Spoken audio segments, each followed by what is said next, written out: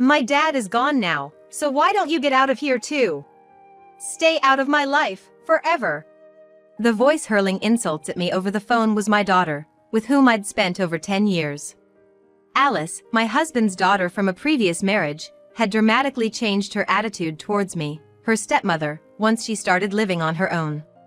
Then, when her father, David, passed away in an accident, her hostility escalated even more. She accused me of being a fake mother and even went so far as to demand that I renounce my inheritance from my late husband. After remarrying David, I had striven to build a good relationship with Alice. But her incredibly hurtful words shattered my resolve. I became exhausted and indifferent, finding myself agreeing to renounce the inheritance. 3 days later, you knew it, didn't you? You knew and kept quiet about it. Do something about it. My daughter frantically called me, her voice strained with panic. Just a few days ago, she had told me to stay out of it, and now, she was desperately screaming for me to fix it over the phone. Feeling a deep sigh escaping my lips, I responded in a chilly voice. My name is Naomi Parker. I live with my husband, David, and our daughter, Alice. Truth be told, Alice isn't my biological daughter. She is David's daughter from his previous marriage. David and I met, or rather, reunited, at a high school reunion. The David I saw after so many years seemed a bit worn out, troubled even, compared to his high school self. Perhaps the alcohol made him more talkative than usual.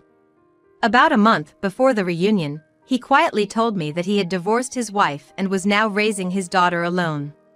Listening to his story, I learned about his struggles, the fact that his wife had cheated, leading to the divorce, and that his daughter Alice was only in the 3rd grade and quite mature for her age. He had a hard time figuring out how to interact with her. Naomi, would you be willing to give me some advice about Alice? What? Me? I'm begging you. There are so many things I don't understand as a father, and more than anything, as a woman, you might be easier for Alice to talk to than me. Please, I beg you. I've never raised a child before, I replied. I don't think I can give you any advice. I initially refused, but it was clear that David was genuinely struggling. In the end, I reluctantly agreed to at least listen to his concerns. At first, I simply answered David's questions over the phone. About how a girl thinks, what a girl needs, that sort of thing. But things began to change when David asked me to go shopping with him for Alice's birthday present. I want to give Alice a surprise gift that she'll love. Will you come shopping with me? Having offered my advice a few times already, I didn't think much of it and agreed. But it turned out to be an excuse for a clumsy date invitation from David. After we finished shopping, he said, "Let me thank you by treating you to dinner," and took me to a nice restaurant. It was there, he confessed, "The truth is, Naomi, I have feelings for you." I was truly taken aback. And with David's confession, I realized that I was drawn to his sincerity in facing his family issues head-on. So, I started dating David, and after a few dates, we started to spend time together with Alice. When David first introduced her to me, I could tell that Alice was quite wary of me. That's only natural. She had just been separated from her mother due to the divorce, and she must have been afraid of losing her father to a woman she didn't know. Even after I married David the following year, Alice didn't really talk to me.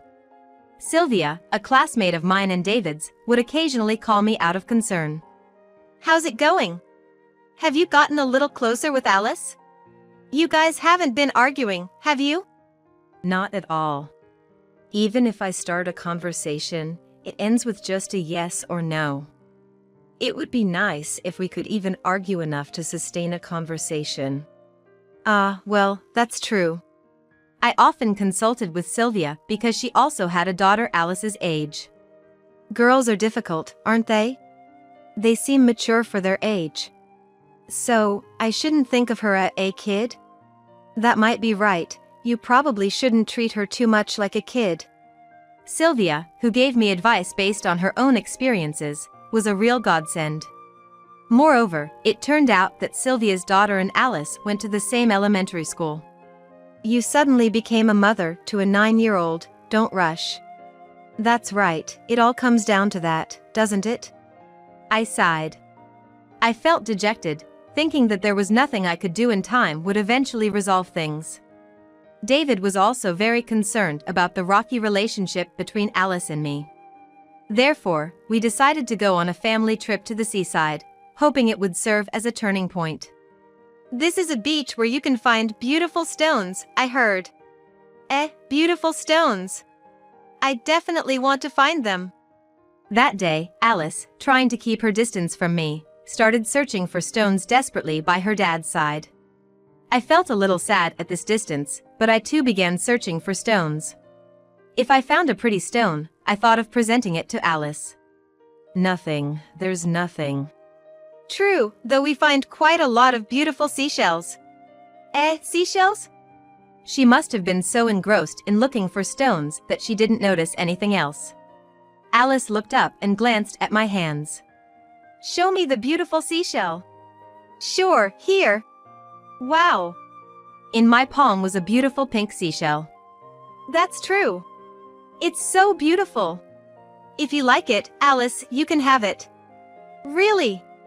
I'm so happy. Thank you. Alice's face lit up. Holding the thin shell up to the sunlight, she looked so genuinely pleased, her smile radiant. Then, David called out, "Hey! I found this stone." Wait, Alice, you found something too? He must have been searching hard. David, drenched in sweat, had found a lavender-colored seashell. Wow, this is also beautiful. True. It's so lovely. As the two of us peered into David's hand, our heads bumped together. Ouk. Rubbing my forehead, I looked at Alice to see if she was okay. Alice was in the same position, looking at me, and then she laughed.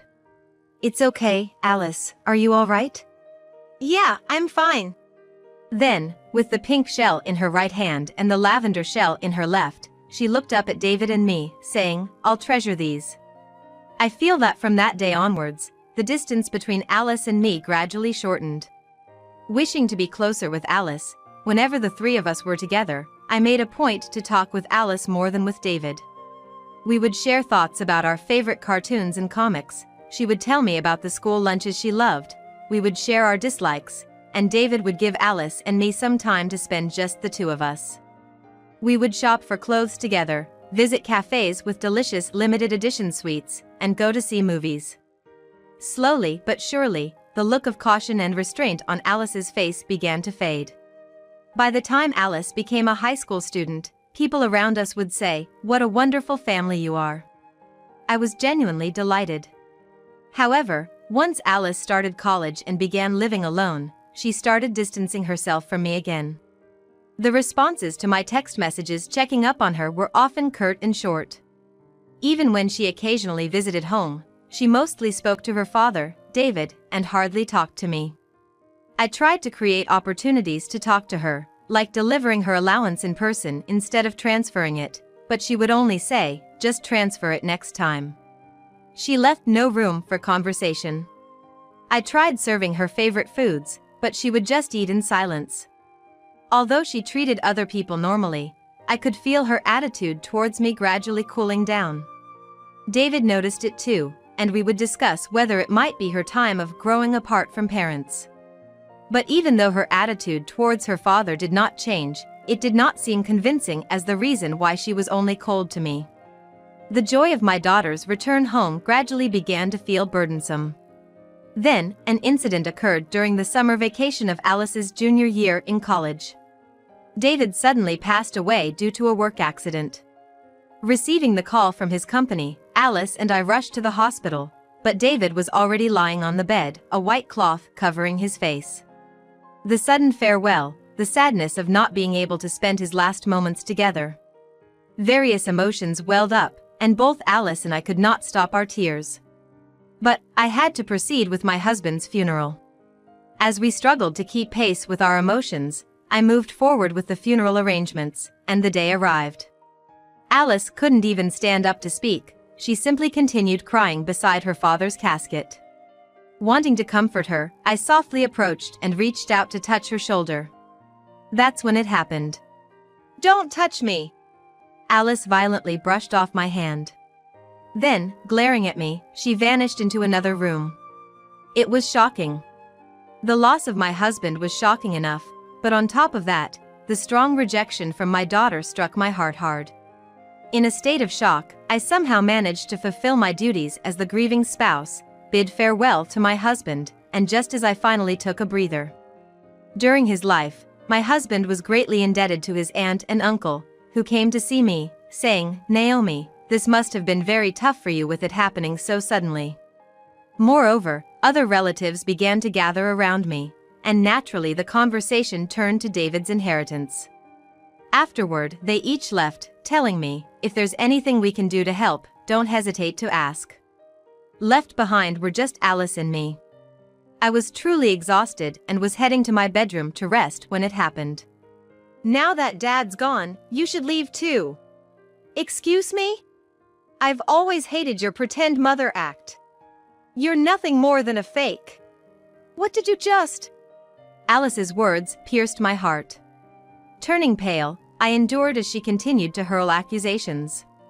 "Even when I was little, everything you bought for me, it was all just to get on my good side, wasn't it? No, And even now, you're here because of Dad's inheritance, aren't you? I heard it.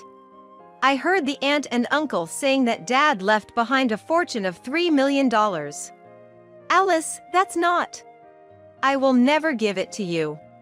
Relinquish your rights to the inheritance. Don't ever come near me again." With a twisted smile on her face, Alice glared at me.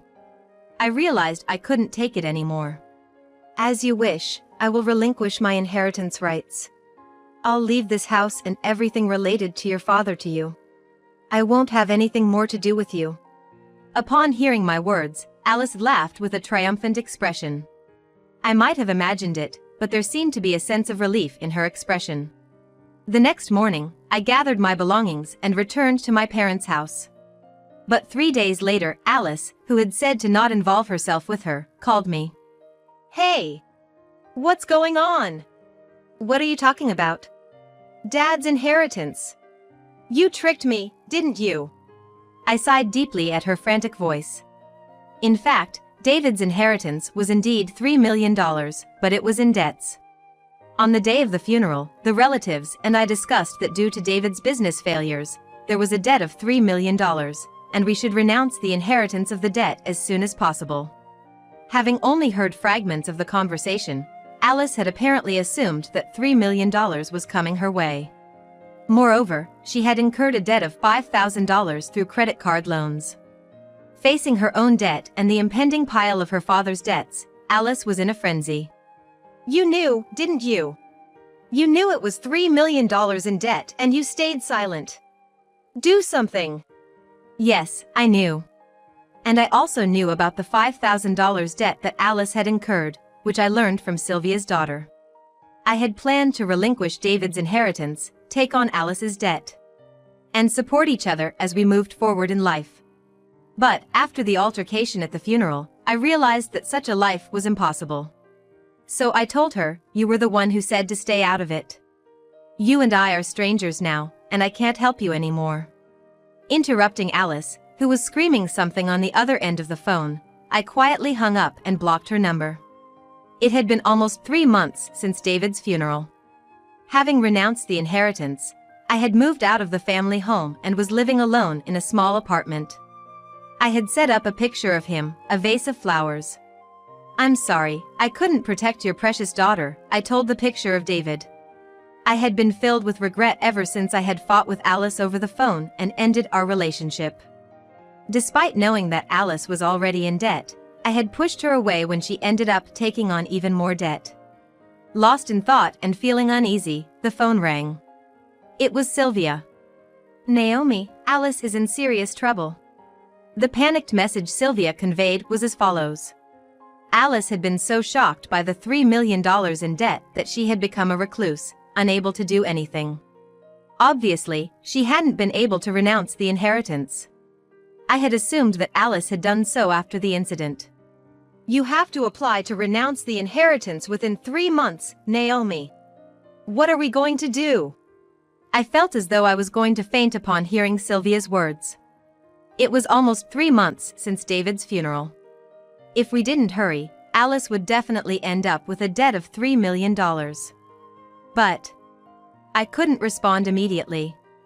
On the day of the funeral, Alice's words had been stuck in my mind. I really hated being treated like a mother all the time, even though you're a complete stranger. She had said this with a distorted smile. What if I tried to help her again and was rejected in the same way? Remembering Alice's eyes that day, I was too scared to do anything. I can't do it. What if she tells me again that I'm not her mother and to stop pretending? Naomi.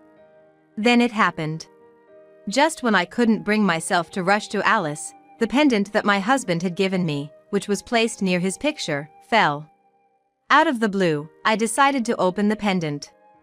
To my surprise, inside it were the lavender and pink seashells we had picked up on that family vacation day, along with a short note.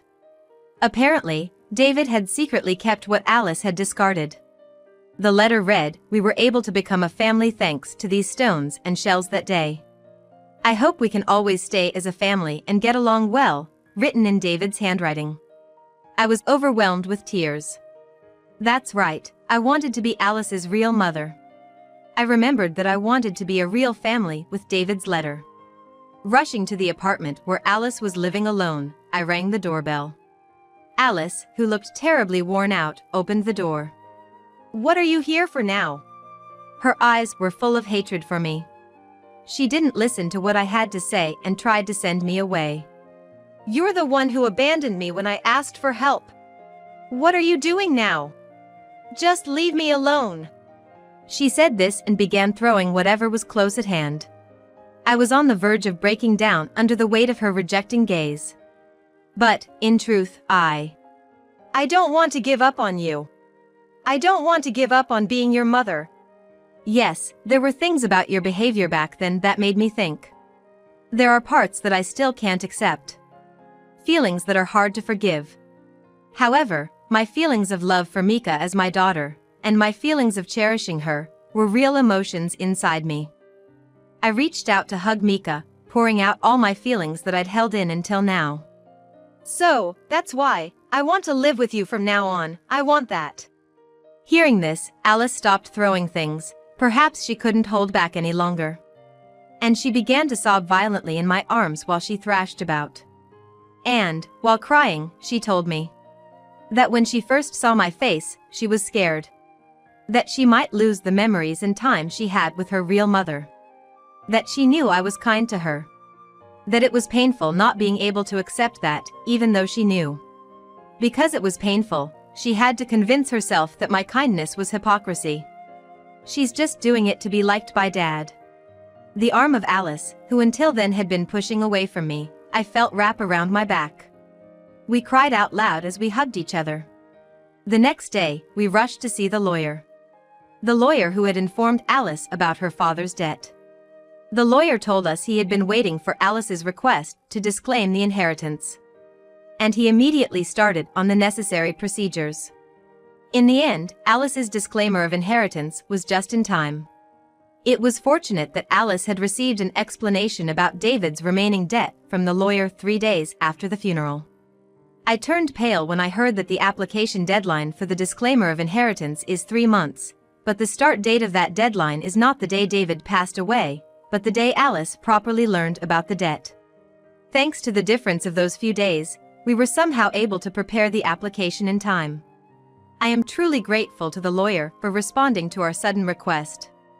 As for Alice, she seemed relieved that the process of disclaiming the inheritance had gone smoothly, preventing a situation where she would have to take on a large debt, and she was in bed for a few days.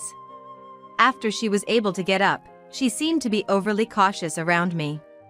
It was Sylvia who told me that Alice seemed to deeply regret her attitude towards me on the day of the funeral. "It seems she said to my daughter, she wants to apologize but it's awkward and she can't start the conversation." That makes sense. "Hey, Naomi. Aren't you being a little too careful?" Really?" Sylvia on the other side of the phone said a bit angrily. "Just like when you stormed into Alice's place the other day, isn't it okay to voice your feelings more?" But until Alice's feelings settle down, it's better not to say anything too strong. You decided not to give up on Alice, didn't you? That was true. I had decided then that I wanted to become Alice's real mother. And so, I began to make an effort to convey my true feelings to Alice. In response, Alice stopped trying to hide her feelings. When our opinions clashed, we even started to argue. I was happy. 10 years have passed since my husband passed away. I was in a small hospital room. In front of me was my daughter lying next to a newborn baby. Seeing my daughter's gentle smile as she blissfully watched the sleeping baby, I felt an overwhelming sense of happiness. Mom, you can hold my baby. Is it okay? Yes. For me, who had no experience giving birth, this was my first time holding a newborn baby. I didn't know how to pick up this soft, tender being, and my daughter laughed at my confused state. You. Well, it's my first time. My daughter sat me down on a chair, guided my arms into position, and gently placed the baby into them. She's warm. Tears naturally started to flow. David surely would have loved to hold her too. You wanted to show your father the baby, didn't you, Alice? Alice then laughed again. Mom, you holding her is enough for me.